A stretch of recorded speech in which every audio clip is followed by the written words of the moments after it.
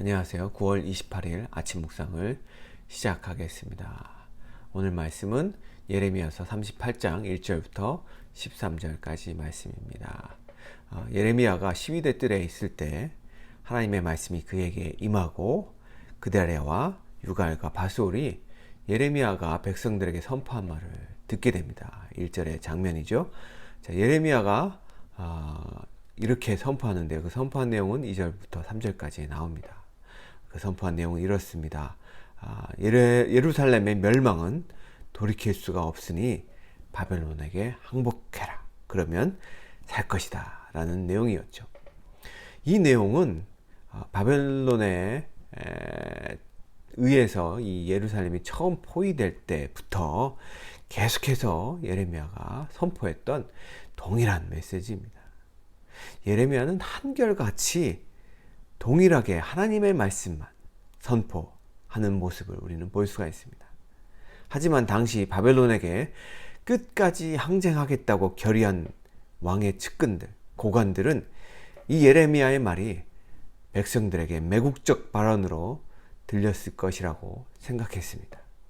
그래서 이 방백들은 예레미야의 말을 듣자마자 곧바로 그를 잡아 가둡니다. 그리고 그들은 시드기야 왕에게 예레미야의 말이 군대의 사기를 떨어뜨리니 그를 죽이는 것이 마땅하다고 주장합니다. 거의 4절 말씀이었죠. 자, 시드기야는 어떻게 반응을 보였을까요? 그는 개인적으로는 예레미야에게 우호적인 입장이었습니다. 하지만 그는 예레미야를 보호해 줄 힘이 없었습니다. 그래서 그는 방백들 앞에서 무력한 존재가 되고 더 이상 나라를 움직일 능력을 상실한 그러한 모습을 보이게 됩니다. 이제 예레미야는 구덩이에 던짐을 받는 순환을 당하게 됩니다. 구덩이에 빠졌다는 것은 밖에서 누군가가 도와주지 않고서는 결코 살아남을 수 없는 그러한 상황에 놓였다는 말이죠. 심지어 이 방백들은 예레미야를 피를 보지 않고 굶겨 죽이기로 그렇게 작정합니다. 예레미야에게 얼마나 고통스러운 상황일까요?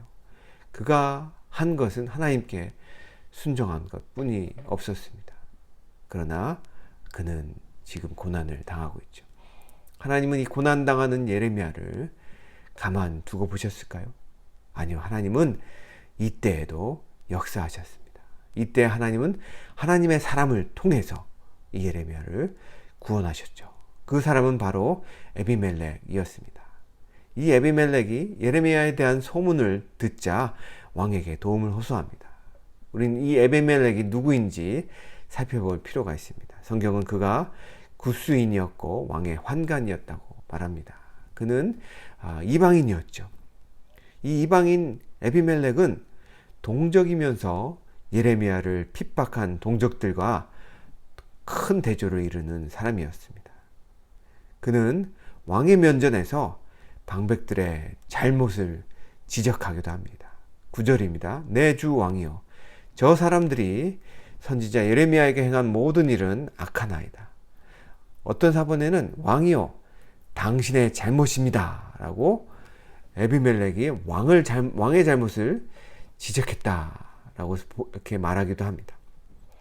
무엇이 됐든 간에 에비멜렉은 정의롭고 용감한 사람이었습니다. 에비멜렉은 무엇보다도 하나님을 경외하는 사람이었죠. 시드기야는 이 에비멜렉의 요청을 받아들여 예레미야를 살리도록 명령을 내리는 장면이 10절에 나옵니다. 또 11절과 12절을 보면 에비멜렉은 약한 자를 지켜두되 세심하게 보살필 줄 아는 그러한 지혜로운 사람이었습니다.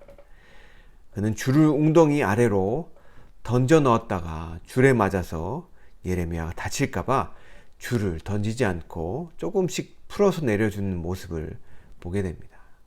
또 줄을 잡고 올라오다가 떨어지거나 다칠까봐 줄로 몸을 감도록 그렇게 하는 배려를 볼 수 있는데, 그 밧줄을 몸에 그냥 대면 줄에 몸이 쓸려서 피부가 상처를 입을 수 있기 때문에 헝겊을 준비해서 헝겊을 몸에 대고 그 위에 줄을 감도록 하여서 다치지 않게 하는 그러한 세심함을 보여주고 있습니다.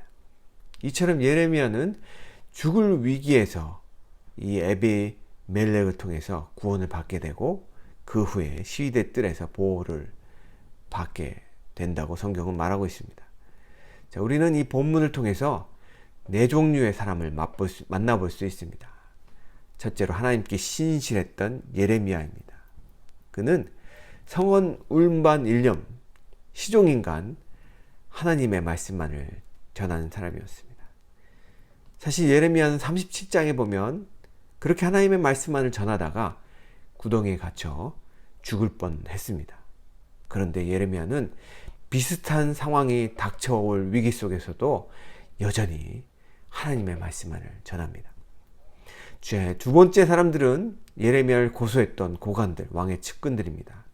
그들은 친애굽파이자 바벨론의 끝까지 항쟁하려는 자들이었습니다. 그들에게 예레미야는 군대의 사기를 떨어뜨리는 매국노 같은 자였습니다. 예레미야를 고소하는 것은 당연히 해야 할 일, 옳은 일이라고 생각을 했습니다. 그들은 마치 정의롭고 백성을 위하는 선한 사람들인 것처럼 보이지만 실상은 자만하고 교만해서 하나님의 음성을 듣지 못하는 미련한 자들이었습니다. 왜냐하면 하나님을 자기 편으로 여겼지만 실제로는 하나님은 그들의 편이 아니었기 때문입니다. 하나님의 뜻에 대해 무지하고 자기 의가 강한 자들이었습니다. 대체로 자신은 하나님을 섬긴다고 생각하지만 실제로는 그 반대여서 주변의 사람들에게 민폐를 끼치는 그러한 사람들입니다. 세 번째로 시드기야 왕입니다. 시드기야 왕은 아마도 꼭두각시 왕이었을 거라고 봅니다. 그는 늘 사람 눈치를 보는 왕이었습니다. 그래서 예레미야를 죽도록 내어주었다가 예레미야를 구출하라고 군세를 내주기도 합니다. 참으로 불쌍한 인생이죠.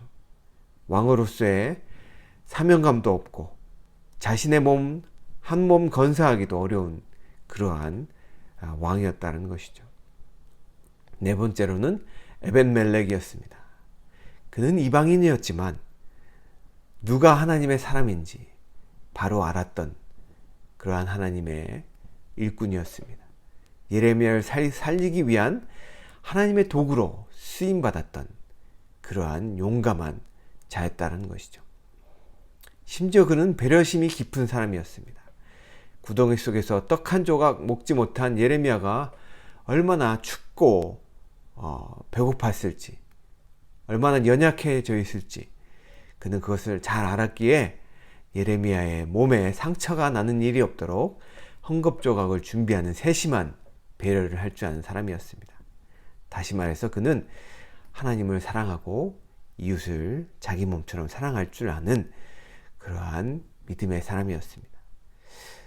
자, 사랑하는 클리프톤 성도 여러분, 오늘을 살아갈 때 여러분은 어떤 모습의 사람이 되기 원하십니까? 사람의 눈치만 보는 그러한 시드기야 왕 같은 사람이 되고 싶으십니까? 아니면 자기 의에 똘똘 뭉쳐서 하나님의 뜻과는 무관한 그러한 자만에 빠진 고관들 같은 삶을 살기 원하십니까?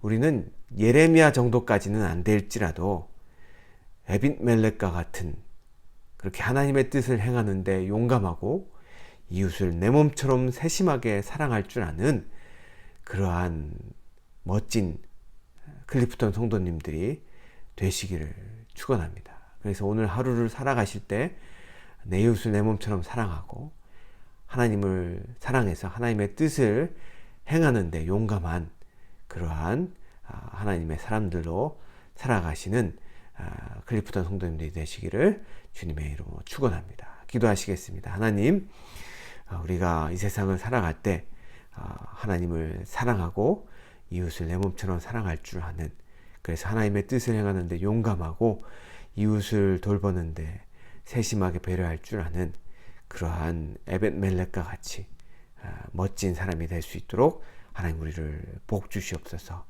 그렇게 행하실 하나님을 찬양하오며 예수님의 이름으로 기도하였습니다. 아멘. 오늘도 승리하시길 바랍니다.